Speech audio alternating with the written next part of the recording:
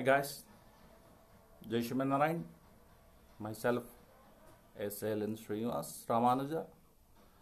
आज मैं आपको एक सच्चाई आधारित पर गठित एक कहानी सुनाने जा रहा हूँ। हम सभी तो सुने ही होंगे कौवे के बारे में। सिटीज़ में होते हैं, गांव में होते हैं। हाँ, जहाँ कीचड़ डाल दो वहीं पर कौवे आ जाते हैं। आज की कहानी उन्हीं पर निर्भर है। हम सभी ने एक नोटिस किए ही होंगे जनरली, जब कौवा दिखता है तो तिरछी नज़र से सिर को तिरछी नज़र कर देखता है। क्यों देखता है मालूम है?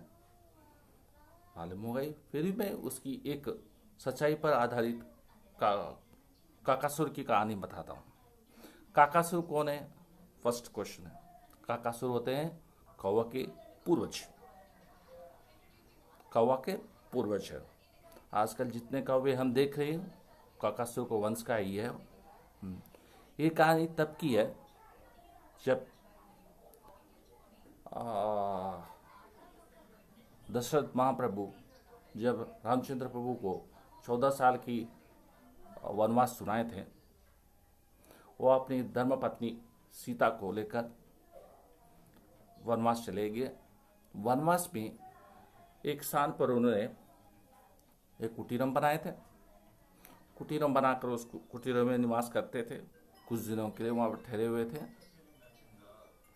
ठहरने के बाद वहाँ पर वो कुछ देर ठंडी हवा बह रही थी। ये तो नेचुरल है, जब ठंडी हवा लगती है तो नींद की झलके आ जाते हैं। उसी तरह बातें करते करते श्री रामचंद्र प्रभु और माता सीता बात करते करते रामचंद्र प्रभु माता के गोद में बातें करते करते उन्हें नींद आ गई। नींद आने के बाद ये दृश्य एक काकासुर ने काकासुर मीन्स क्रो, कौवा, उसने देखा और देखकर सीता माता को परेशान करने में लगा, छेड़ने लगा। सीता माता ने उस काकासुर को, उस कौवे को कुछ जवाब नहीं दिया, क्योंकि उनके प्रभु, उनके स्वामी उनकी गोद में सिर रखकर सो रहे थे, ताकि वो अपने स्वामी को डिस्टर्ब करना नहीं चाहती थी। उसी उद्देश्य से उन्होंने उस काकासुर को कुछ बोल नहीं पाए थे। फिर भी वो काकासुर, वो कौवा सीता माता को टॉर्चर कर रहा था, छेड़ रहा था। इसी बीच में इस छेड़छानी में कौवे की नाखून सीता माता के गर्दन में लग गई।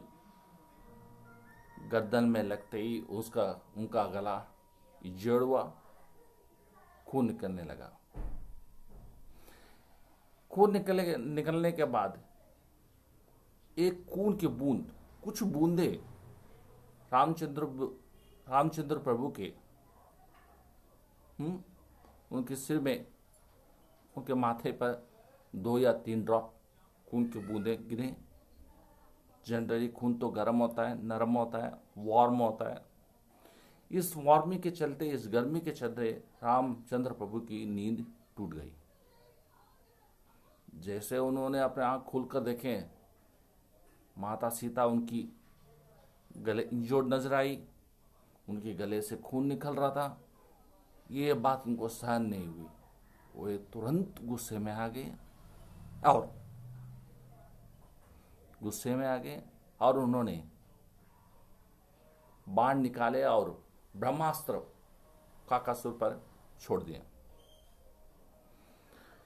ब्रह्मास्त्र छोड़ने के बाद काकासुर को पता चला ये ब्रह्मास्त्र तो एक बार निकल जाती तो तीर दोबारा आती नहीं है।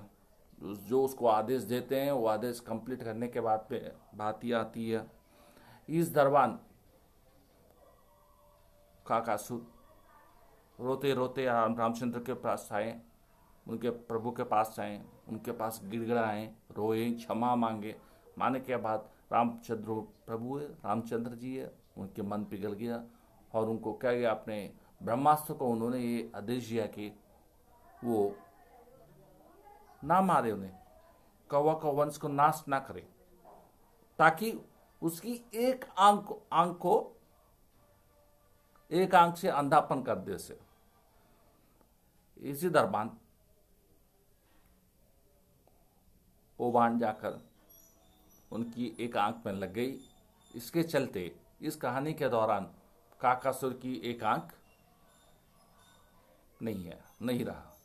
इस तरह वो अपने काकासुर अपने आंख को खो बैठे। तब से जाकर देखने के लिए कौवे के दो आंखें होते हैं, पर एक ही आंख काम करता है, दूसरी आंख उनका शून्य, अंधापन है उनका। यही है कौवा का अंधापन का रहस्य।